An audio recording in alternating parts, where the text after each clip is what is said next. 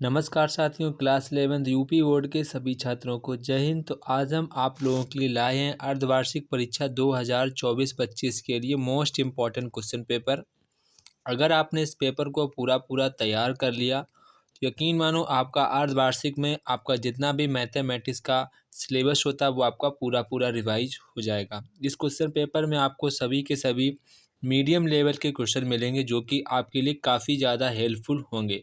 तो आप इस क्वेश्चन पेपर को पूरा देखिएगा तो यहाँ पर आपको काफ़ी ज़्यादा बेनिफिट देखने को मिलेगा। इसकी हम यहाँ पर 100% की गारंटी लेते हैं। अगर आप हमारे चैनल पर नए हैं, ऐसे ही वीडियो देखने चाहते हैं तो यहाँ पर वीडियो को सब्सक्राइब और लाइक करना ना भूलें। तो यहाँ पर सबसे पहले दोस्तों आप लोगों को पेपर में MCQ देखने को मिलेंगे। तो यहाँ पर आपका जो पहला प्रश्न है, सबसे पहले प्रश्न में आपको मिलेंगे सभी बहुविकल्पीय प्रश्नों का आपको उत्तर देना है। देखो, कभी भी आप जब आपके पेपर में MCQ आए तो MCQ में आपको ज़्यादा टाइम वेस्ट नहीं करना है, क्योंकि एक एक नंबर के प्रश्न होते हैं। आप लोग इसमें बहुत ज़्यादा टाइम अगर वेस्ट करेंगे तो आपको जो पीछे वाले क्वेश्चन हैं फिर वो छूट जाते हैं। तो आपको ये गलती नहीं करनी है अपने पेपर में। अभी तो आप क्लास 11th में हैं, जब आप बोर्ड में जाएंगे, बोर्ड क्लास 12th में आप लोग जब जाएंगे तो आपको ये गलती वहाँ पर नहीं करनी है। अभी से आप अपनी हैबिट बना लीजिए कि आपको अपने MCQ में कम से कम टाइम में इसको सॉल्व करके हटा देना है। ये आपको यहाँ पर टारगेट रहना चाहिए, तभी आप मैथमेटिक्स में 100 आउट ऑफ 100 का स्कोर कर पाएंगे। ठीक है, तो सभी लोग अभी से प्लानिंग कर लीजिए कि हमको MCQ में इस प्रकार से गणित करनी है कि MCQ में कम से कम टाइम में MCQ को पूरा सॉल्व कर दें। ठीक है, तो यहाँ पर देखो सबसे पहले कह रहा है कि यदि समुच्चय ए में आपको इतने एलिमेंट दिए गए हैं, बी में आपको इतने एलिमेंट दिए गए, तो यहाँ पर कह रहा है ए इंटरसेक्शन बी का यहाँ पर आपको मान बताना है। ठीक है, ए इंटरसेक्शन बी। देखो, ए इंटरसेक्शन ये होता है और यूनियन ये होता है। इसमें बच्चे बहुत से डाउट रहते हैं कि सर ये इंटरसेक्शन का है, ये यूनियन का है। तो यहाँ पर बच्चों आपसे इंटरसेक्शन पूछा गया, यानी कि आपसे जो एलिमेंट कॉमन है वही आपको यहाँ पर लिखना है, जो एलिमेंट कॉमन है। तो यहाँ पर देखो 4 5 7, तो यहाँ पर तो A intersection B equal to, तो यहाँ पर देखो कॉमन कौन कौन से, यहाँ पर देखो 4 है, यहाँ पर भी 4, तो 4 हो जाएगा। इसके बाद यहाँ पर भी 5 है, यहाँ पर भी 5 है, तो 4 और 5 जो हमारे एलिमेंट होंगे वो इंटरसेक्शन में एलिमेंट होंगे। तो यहाँ पर जो बच्चों करेक्ट आंसर हमारा होगा वो ऑप्शन नंबर 3 वाला हमारा करेक्ट आंसर हो जाएगा। इसके बाद यहाँ पर आपको एक जी दिया गया है, सेट दिया गया है, 7, 8 दिया गया है, एच आपको यहाँ पर दिया गया है, 5 4 2 दिया गया है। तो यहाँ पर आपसे क्रॉस पूछा गया है, जी क्रॉस एच का मान पूछा गया। सबसे पहले आपको यहाँ पर 7 का मल्टीप्लाई 5 से करना है, फिर 7 का मल्टीप्लाई 4 से करना है। फिर इसके बाद यहाँ पर आप 7 का मल्टीप्लाई आप यहाँ पर, फिर इसके बाद यहाँ पर 7 का मल्टीप्लाई आप 2 से करेंगे। इसी प्रकार जैसे 7 का मल्टीप्लाई आप 5 से करेंगे तो एक ये बन जाएगा। इसके बाद 7 का मल्टीप्लाई आप 4 से करेंगे तो 7, 4 बन जाएगा। इसके बाद मल्टीप्लाई आप 7, 2 से करेंगे तो आपका ये वाला बन जाएगा। इसके बाद 8, 5 बन जाएगा। इसके बाद आपका 8, 4 बन जाएगा। इसके बाद यहाँ पर 8, 2 बन जाएगा। तो यहाँ पर आप ऑप्शन मैच करेंगे तो ये आप ऑप्शन जो आपका मैच होगा वो यहाँ पर आपका ऑप्शन नंबर 3 वाला बिल्कुल करेक्ट आंसर हो जाएगा। उसके बाद यहाँ पर पूछ रहा है समित संख्या 3-2i का सिगुमी है। तो यहाँ पर देखो सिगुमी क्या होता है, जब कभी भी यहाँ पर आपका बीच में आपका जो आपका आयोटा वाला होता है उसका साइन चेंज हो जाता है, बाकी सारा का सारा सेम रहता है। तो यहाँ पर जो इसकी संयुग्मी होगी वो 3+2i वाली संयुग्मी हो जाएगी। इसके बाद यहाँ पर आपको 6p, इसके बाद यहाँ पर कुछ भी हो सकता है, ये थोड़ा सा क्वेश्चन गलत है, यहाँ पर 4 भी हो सकता है, 8, आप उसके अकॉर्डिंग मान रख के चेक कर लेना। ठीक है, वैसे यहाँ पर आप लोगों को हमारे अकॉर्डिंग यहाँ पर आप लोग 6p4 करके इसका मान सभी लोग आंसर कमेंट बॉक्स में कमेंट करके बताएंगे। 6p4 का वैल्यू कितना होता है, सभी लोग इसका आंसर कमेंट बॉक्स में कमेंट करके बताएंगे। इसके बाद यहाँ पर क्वेश्चन नंबर इंगिया कह रहा है साइन जो थीटा है, साइन थीटा इंटू में सेक थीटा। तो देखो यहाँ पर साइन थीटा सेक थीटा का उल्टा हमारा हो जाता है कॉस थीटा। तो साइन अपॉन कॉस क्या हो जाता है, यहाँ पर हमारा टेन थीटा हो जाता है। तो यहाँ पर इसका आंसर हमारा ऑप्शन नंबर 4 वाला करेक्ट आंसर हो जाएगा। इसके बाद जो भी छात्र इंग्लिश मीडियम से वो इंग्लिश मीडियम से अपना अपना देख लेंगे। इसके बाद यहाँ पर क्वेश्चन नंबर 2 आता है। तो क्वेश्चन नंबर 2 का सभी खंडों को हल करना है। तो यहाँ करें समुच्चय ए और बी के सभी आपको उप समुच्चय लिखना है। तो उप समुच्चय जब भी लिखना है इसका फाई होगा, फिर इसका ए होगा, फिर इसका बी होगा, फिर इसका ए कॉमा बी होगा। तो ये आपके सभी के सभी यहाँ पर उप समुच्चय हो जाएंगे। तो अब इसको यहाँ पर इस प्रकार से यहाँ पर ध्यान रखना है। इसके बाद बच्चों ये काफ़ी ज़्यादा इंपॉर्टेंट क्वेश्चन है। टेन 210 डिग्री का आपको मान निकालना आना चाहिए। तो जब भी कभी आपसे ऐसा क्वेश्चन पूछा जाए टेन 180 + 30 कर देंगे तो हमारा यहाँ पर 210 बन जाएगा। अब देखो टेन जो हमारा है, टेन यहाँ पर पॉजिटिव होता है, यहाँ पर टेन पॉजिटिव होता है। तो यहाँ पर देखो 180 यहाँ पर सेकेंड कोऑर्डिनेट, ये हमारा टेन जो है थर्ड कोऑर्डिनेट में पहुँच जाएगा। 180 होने पर नो चेंज होता है। तो टेन 30 यहाँ पर टेन 30 हो जाएगा, नेगेटिव होगा नहीं क्योंकि ये थर्ड कोऑर्डिनेट में यहाँ पर टेन पॉजिटिव होता है। तो यहाँ पर केवल हम लोग टेन 30 की वैल्यू निकाल लेंगे जो कि हमारी आएगी 1/√3। तो यही हमारा इसका आंसर हो जाएगा 1/√3। आपका यहाँ पर इसका आंसर हो जाएगा 10/1/√3। इसके बाद बच्चों यहाँ पर आपसे समांतर श्रेणी दी गई है। आप पर कह रहा है समांतर श्रेणी 3, 5, 7 का 10वां पद ज्ञात करना है। तो काफ़ी आसान बच्चों, आप लोगों को पता होगा। समांतर श्रेणी का पहला पद यहाँ पर 3 दिया गया है। समांतर आपको 5 - 3 कर लेना है। तो 5 - 3 आपका 2 आ जाएगा। तो यहाँ पर आपसे ए 10वां पद पूछ रहा है। तो ए 10वां पद का सूत्र क्या होता है? ए प्लस n - के डी इंटू ये आपका सूत्र होता है। तो ए की वैल्यू यहाँ पर हमारी 3 है और n की वैल्यू यहाँ पर 10 से 10 में 1 जाएगा तो 9 बचेगा। और 9 में गुणा कितने का करना है? 2 का। 9 दूनी 18, 18 3 21। यहाँ पर हमारा 10वां पद हमारा क्या होगा? 21 10वां पद हमारा निकल कर आ जाएगा।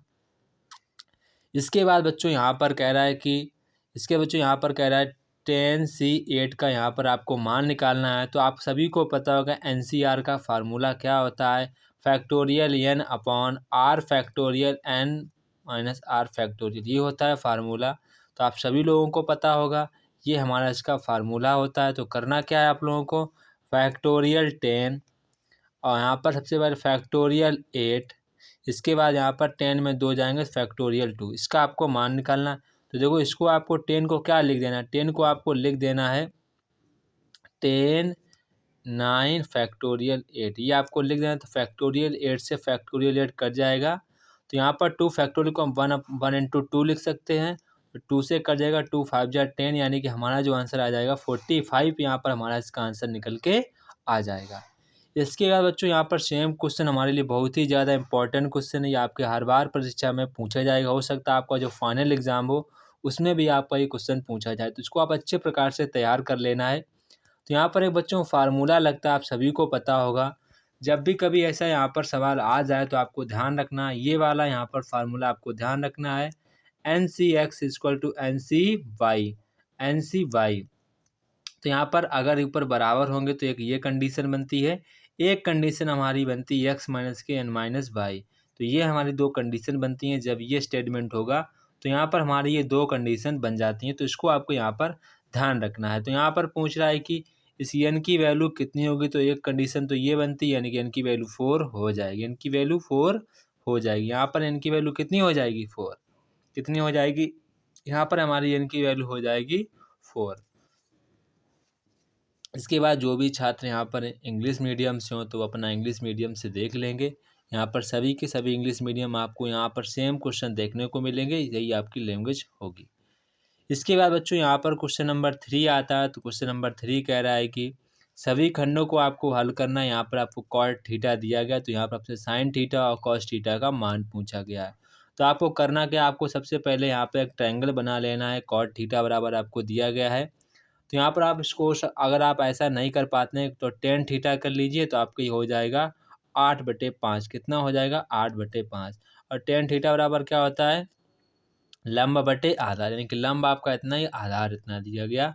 तो आपको ये वाली साइड निकालनी होगी पाइथागोरस की प्रमेय से। तो ये कितनी हो जाएगी? 225 और 64, यानी कि 5 4 9 6 7 8 289, यानी कि हमारी जो साइड निकल के आएगी 17 साइड निकल कर आएगी।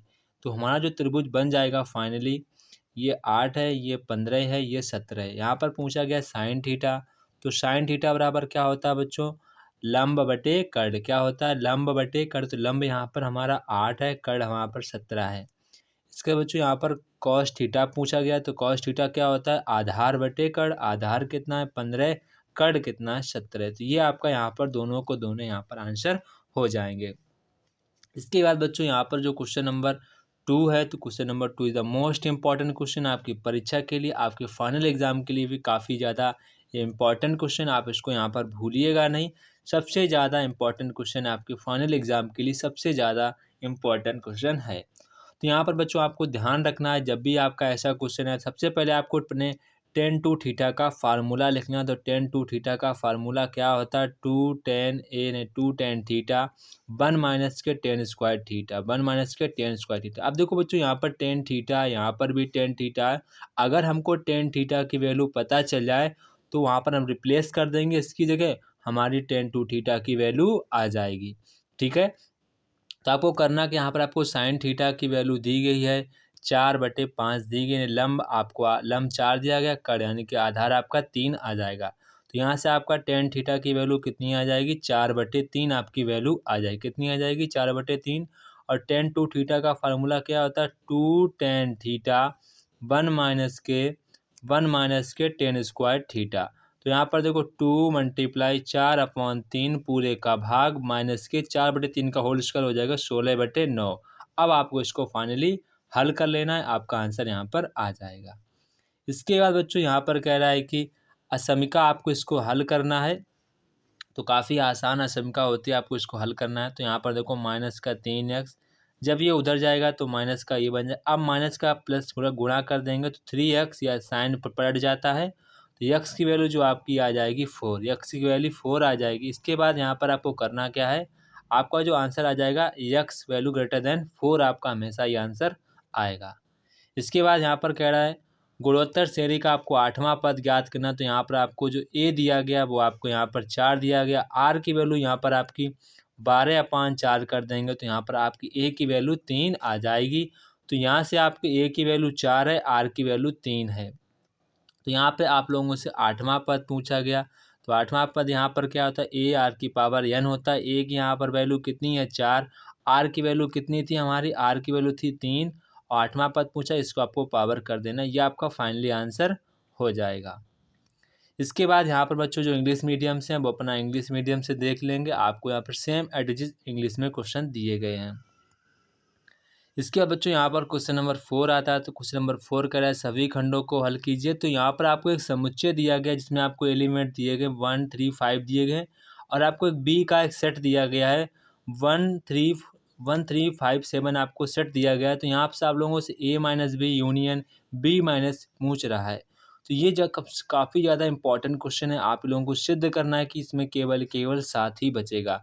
तो देखो, जब सबसे पहले आप लोगों को ए माइनस बी निकालना है। क्या निकालना है, ए माइनस। तो ए माइनस बी में बी के सारे आपको यहाँ पर एलिमेंट हटाने हैं। ठीक है, तो यहाँ पर देखो बी के आपको सारे के सारे एलिमेंट हटाने हैं।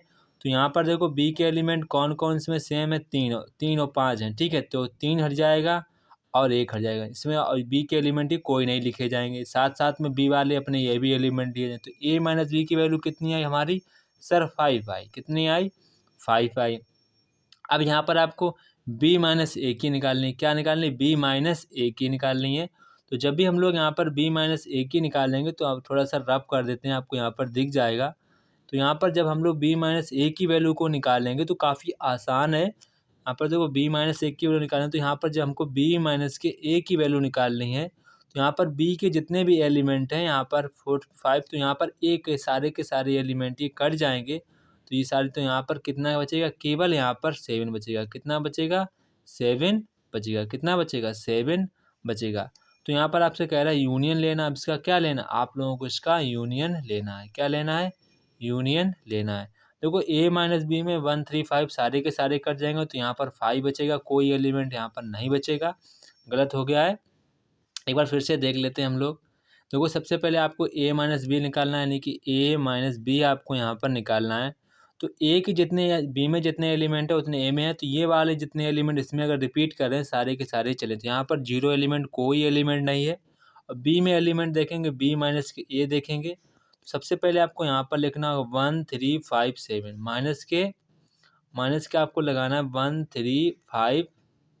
135। तो यहाँ पर देखो 135 कट जाएंगे, केवल क्या बचा 7।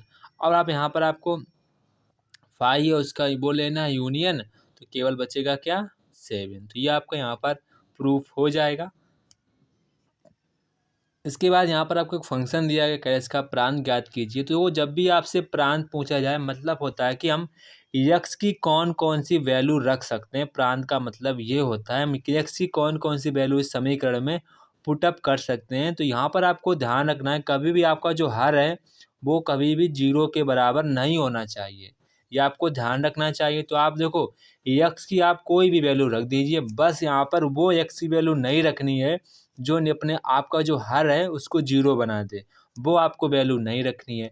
तो देखो करना क्या, हमें सबसे पहले हम आर यहाँ पर एक्स की हम कोई भी वैल्यू रख सकते हैं, लेकिन जो इसके शून्यक होंगे वो तो सर इस समीकरण को 0 कर देंगे। तो हमें वही मान इसमें नहीं रखने हैं जो हमारे हर को 0 बना दे। अगर हर हमारा 0 बन गया तो ऊपर कुछ भी होगा तो हमारा क्या होगा, अनडिफाइंड बन जाएगा, जो कि हमारा गलत हो जाएगा। तो आपको ये गलती नहीं करनी है। तो यहाँ पर एक्स स्क्वायर माइनस के 5x जब 4 करेंगे तो इसकी हम लोग मल्टीप्लिकेशन कर लेते हैं। तो यहाँ पर ये हमारे मल्टीप्लिकेशन बन जाएंगे। इतना तो सब लोग जानते ही होंगे। अब आप लोग फर्स्ट ईयर में है, इतनी कोई छोटी क्लास में नहीं है। तो यहाँ पर x माइनस के 4 x माइनस के 1 आपका यहाँ पर आ जाएगा। तो यहाँ पर देखो x माइनस के 1 और x माइनस के 4 जो है आपका डज नॉट इक्वल टू 0, यानी कि आपकी जो वैल्यू है 4 और यहाँ पर एक वैल्यू नहीं रखनी है। आपको 4 और 1 वैल्यू नहीं लेनी है। आपको x की वैल्यू 4 और 1 नहीं लेनी। अगर आपने 4 और 1 वैल्यू ले ली तो यहाँ पर आपका जो ये हर है वो आपका 0 बन जाएगा, जो कि आपका अपरिभाषित बन जाएगा। तो आप प्रांत क्या लिखेंगे, आप प्रांत लिख देंगे r, आप कोई भी वैल्यू लिख सकते हैं, r माइनस के 1,4, ये आपका प्रांत हो जाएगा। इसके बाद बच्चों तो काफ़ी आसान क्वेश्चन नेक्स्ट वाला है। यहाँ पर आपको cos π/4 की वैल्यू रख देनी है। इसके बाद आपको cos π/6 की वैल्यू रख के होल स्क्वायर कर देना। यहाँ पर आपको 5 प्रूव करना। तो काफ़ी आसान क्वेश्चन, आप लोग खुद से कर सकते हैं।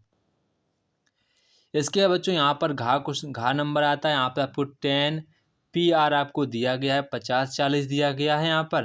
तो यहाँ पर आपसे R की वैल्यू पूछिए। तो 10 PR का जो हमारा NPR का जो हमारा फार्मूला होता है वो क्या होता है, factorial n upon n minus के R फैक्टोरियल, n माइनस के R फैक्टोरियल। आपको इस फार्मूले का प्रयोग करना, आपका आंसर आ जाएगा।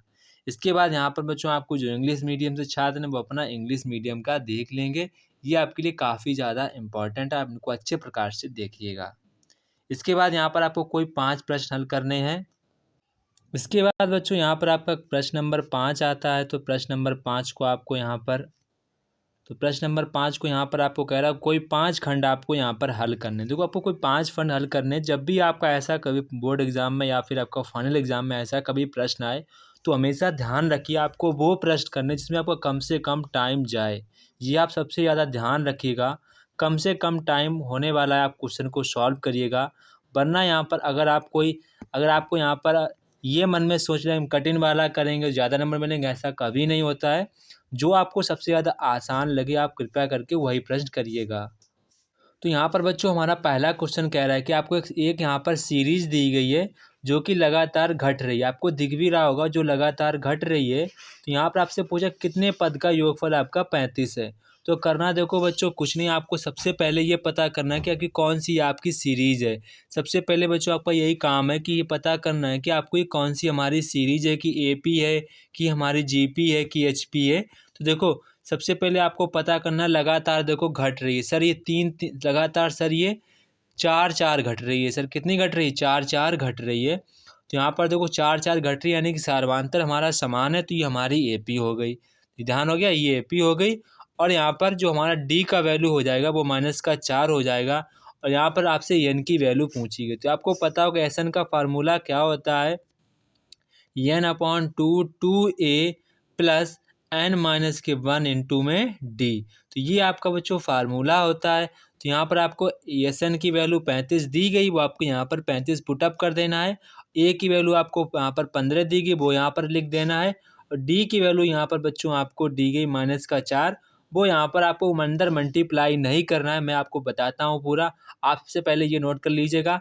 ये पूरा पूरा नोट कर लीजिए। आपको यहाँ पर मल्टीप्लाई कभी भी नहीं करना, ये आप ध्यान रखिएगा, आपको हम बता रहे हैं, रुकना जरा भी।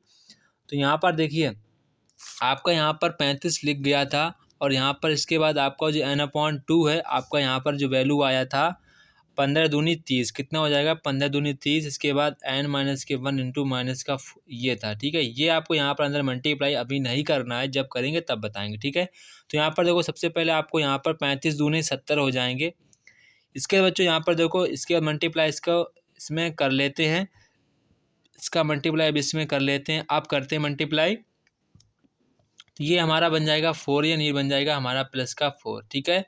इसके बाद बच्चों यहाँ पर ये 70 बन जाएगा, इसके बाद ये बन जाएगा, इसके बाद 34 बन जाएगा, इसके बाद हमारा ये 4n बन जाएगा। इसके बच्चों हमको करना क्या है, 34n हो जाएगा हमारा, अंदर मल्टीप्लाई हो जाएगा। इसके बाद हमारा ये 4n² क्या हो जाएगा, 4n² हो जाएगा।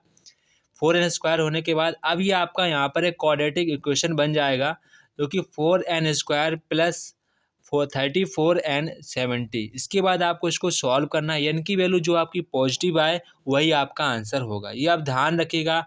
जो कि आपकी n की वैल्यू पॉजिटिव आए वही आपका यहाँ पर आंसर हो जाएगा, ठीक है। आपको यहाँ पर ध्यान रखना है। ये आपका क्वाड्रेटिक इक्वेशन है, इसके बाद आपको सॉल्व करना है, जो आपकी n की वैल्यू पॉजिटिव आए वही आपका आंसर हो जाएगा। इसके बच्चों यहाँ पर क्वेश्चन नंबर कह रहा है 13-19 के बीच आपको 5 समांतर माध्य ज्ञात करने हैं, ये भी आप कर लेंगे। इसके बाद आपको इसका वर्गमूल पूछा गया, थोड़ा सा लेंथी क्वेश्चन, आप खुद से करने का प्रयास करिए। अगर आपको नहीं आता है तो आप हमें दिए हुए नंबर पर कांटेक्ट करिएगा। और यहाँ पर आपको मैं बात कहना चाहूँगा, आपको डिस्क्रिप्शन बॉक्स में हमारा टेलीग्राम ग्रुप और व्हाट्सएप ग्रुप दिया जाएगा, जहाँ पर आप लोग सभी लोग ज्वाइन हो जाइए। अगर आपका कोई भी डाउट है, सवाल में नहीं लगता है, स्कूल वगैरह कोई कॉलेज वगैरह में कोई भी आपका डाउट है, नहीं लग रहा है, तो आप वहाँ पर पूछ सकते हैं, मैं आपको सभी क्वेश्चन के आंसर का रिप्लाई दूंगा। जुड़ जाइएगा सभी लोग। इसके बच्चों यहाँ पर आपको एक ये दिया, इसका मान पूछा है, सब बहुत ही ज़्यादा इंपॉर्टेंट क्वेश्चन है, आपको कभी भी ऐसे हल नहीं करना है। सबसे पहले आपको जो अंदर दिया गया इसको आपको यहाँ पर परिमेयीकरण कर देना है। क्या कर देना है बच्चों, परिमेयीकरण कर देना, इतना आपको ध्यान रखना है। आपको इसका परिमेयीकरण कर देना है, क्या कर देना है, परिमेयीकरण। तो ये ऊपर बार हमारा बन जाएगा a+b का होल स्क्वायर बन जाएगा, नीचे वाला यहाँ पर हमारा वर्गांतर नियम बन जाएगा। तो यहाँ पर a+b का 1 का स्क्वायर, i का स्क्वायर प्लस का 2i, ठीक है। नीचे हमारा वर्गांतर नियम बन जाएगा 1 माइनस के i², ये हो जाएगा। तो i² की वैल्यू सर कितनी होती है सर, -1, तो -1 ये +1 कट जाएगा, ठीक है। इसके बच्चों यहाँ पर देखिए ये हमारा i² की वैल्यू होती है -1, तो -1 का स्क्वायर करेंगे तो फाइनली हमारा, तो यहाँ पर ये -1 तो बाहर लगा है, तो -1 गुणा करेंगे तो माइनस माइनस प्लस हो जाएगा, जो कि हमारा प्लस बन जाएगा। तो ये इसके बाद प्लस प्लस ये हमारे ऐड हो जाएंगे, 2 से 2 ये कट जाएगा, i की पावर 200 का आपको मान निकाल देना, जो कि पूरा पूरा कट जाएगा। इसके बाद यहाँ पर i² आप लिखते हैं, इसको ऐसे भी लिख सकते हैं, जैसे i² की आपकी जो पावर है 200 बची है, तो इसको हम लोग i ऐसे भी लिख सकते हैं। i² की वैल्यू कितनी, -1, -1 का पावर अगर कोई सम है तो उसका आंसर हमेशा 1 ही होता है, तो इसका आंसर हमारा 1 हो जाएगा। इसके बाद बच्चों यहाँ पर आपको कहा गया आपको x की वैल्यू इतनी दी गई, तो आपको ये सिद्ध करना है। इसके बाद सिद्ध कीजिए, आपको ये प्रूव करना है। इसके बच्चों यहाँ पर आपको कोई 5 खंड हल करने हैं, जो आपको आसान लगे वो यहाँ पर आपको 5 खंड हल करना है। यहाँ पर कह रहा है सिद्ध कीजिए कि a यूनियन b बराबर a minus b union b।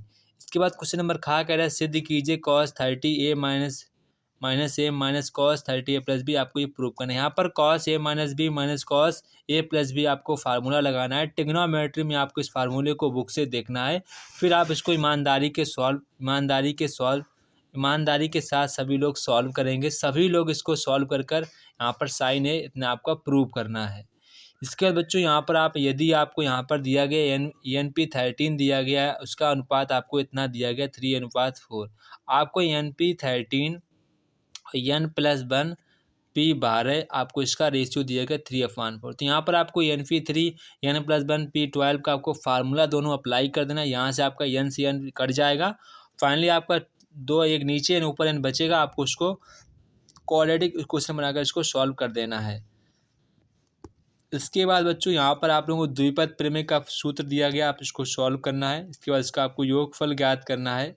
इसमें लगातार देखो घट रहा है, तो यहाँ आपकी AP है, कौन सी है, AP है आपका AP। इस वाले आपको फार्मूले को लगाना है n/2 प्रथम पद प्लस लास्ट पद, क्योंकि यहाँ पर आपको लास्ट पद दिया गया, प्रथम पद भी दिया गया, एन की वैल्यू आपको निकाल लेनी है। एन की वैल्यू आप कैसे निकालेंगे, किसमें कितने पद हैं। आप इसको मान लेंगे हमारा एनवा पद है, तो एनवा पद आपका 40 हो जाएगा। ए की वैल्यू आपकी 72 है और एन की वैल्यू आपको निकालनी है। डी की वैल्यू आपकी -2 है, जब उधर जाएगा तो ये आपका यहाँ पर माइनस हो जाएगा। तो 40 में 72 जाएंगे, कितने बचेंगे, तो यहाँ पर 32 बचेंगे, माइनस के 32 बचेंगे, -2 से कट जाएगा, 2 से काट देना है तो आपको बचेगा यहाँ पर 16 बचेगा इधर, यानी कि 16 बचेगा। n-1 या इसको 1 उधर भेज देना, तो n की वैल्यू आपकी यहाँ पर 17 आ जाएगी। कितनी आ जाएगी, 17 आ जाएगी। फिर आपको यहाँ पर बच्चों एसन वाला ये फार्मूला लगा देना, n/2 a + l। तो यहाँ पर आपको n की वैल्यू 17/2, a की वैल्यू 72 है, l की वैल्यू 40 है। इसको सॉल्व कर देंगे, आपका आंसर आ जाएगा। इसके बाद जो भी छात्र यहाँ पर अंग्रेजी बोर्ड से वो यहाँ पर अपना अंग्रेजी बोर्ड देख सकते हैं। इसके बाद छात्रों यहाँ पर क्वेश्चन हमारा नेक्स्ट है, कोई भी आपको यहाँ पर एक खंड कर करना है, जो भी आपको आसान लगे वो यहाँ पर आप स्वयं कर लीजिएगा, ठीक है। ये क्वेश्चन आपके लिए काफ़ी इंपॉर्टेंट है, इसको आप अच्छे प्रकार से तैयार कर लेना। इसके बाद क्वेश्चन नंबर 9, 8 देख लीजिए। 8 भी क्वेश्चन काफ़ी ज़्यादा इंपॉर्टेंट है, आप इसको अच्छे प्रकार से तैयार कर लीजिए। जो आपको आसान लगे वही आपको तैयार करना है, आपको एक ही यहाँ पर प्रश्न को हल करना है। इसके बाद यहाँ पर क्वेश्चन नंबर जो 9 है, यहाँ पर आपको एक ही खंड को हल करना है। ये क्वेश्चन आपके बोर्ड एग्जाम में आ चुका है, तो आप इसको अच्छे प्रकार से तैयार करिएगा। और ये क्वेश्चन आपका मोस्ट इम्पॉर्टेंट क्वेश्चन है आपकी परीक्षा के लिए और आपके फाइनल एग्ज़ाम के लिए भी काफ़ी ज़्यादा इम्पॉर्टेंट है। इसको आप अच्छे प्रकार से तैयार कर लीजिए। तो ये था हमारा क्लास 11 का मैथमेटिक्स का पेपर। अगर आपको यहाँ पर बच्चों वीडियो अच्छा लगा हो तो वीडियो को बिना सब्सक्राइब किए नहीं जाना है। फिर अपने मिलते हैं नेक्स्ट वीडियो में, तब तक की सभी को जय हिंद।